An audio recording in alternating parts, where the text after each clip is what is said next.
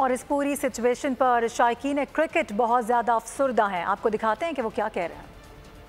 के ऊपर करोड़ों रुपए लगाए जा रहे हैं। इनका ये हाल है कि होम ग्राउंड पे हार जाते हैं। इन लोगों को रिटायर करें, दूसरे लोगों को लेके आए, नए लोग आएंगे तो अच्छा काम होगा। अब मेरे ख्याल में बाबर आजम को कम से कम चंद माह के लिए टीम से ही आउट कर दिया जाए और उससे कहा जाए कि वो रेस्ट कर ले। और वो जो वर्ल्ड कप की शिकस्त के बाद मेजर सर्जरी करने का इंदिया दिया था तो उस पर अमल किया जाए। बड़ा दुख होता है। सर्जरी तो बड़ी दूर की बात है, लेकिन यहाँ पर तो टीम के वैसे बेड़े हुए पड़े हैं। हमारे चेयरमैन साहब भी ठीक हो जाए तो टीम की ऑटोमेटिकली सर्जरी जो है वो हो जाएगी। बड़ा दिल खराब हुआ कि आगे चैंपियन ट्रॉफी आ रही है और हमारी कारकर्दगी अभी से जीरो है। अच्छी टीम होम ग्राउंड पे बांग्लादेश टीम से आ गई, इसका मतलब है कि हमारी कारकर्दगी टेस्ट में बिल्कुल बेकार। इसी पी को उससे तवज्जो देनी चाहिए और बेहतर तब्दीलियां जो है करे, ताकि अगर ये हाल रहा तो टेस्ट क्रिकेट पाकिस्तान में तबाह हो जाए। कोई खिलाड़ी टिक के खेल नहीं सका।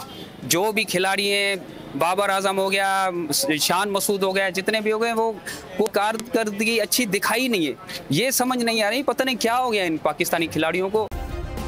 सब्सक्राइब करें और बेल दबाएं ताकि कोई खबर रह न जाए।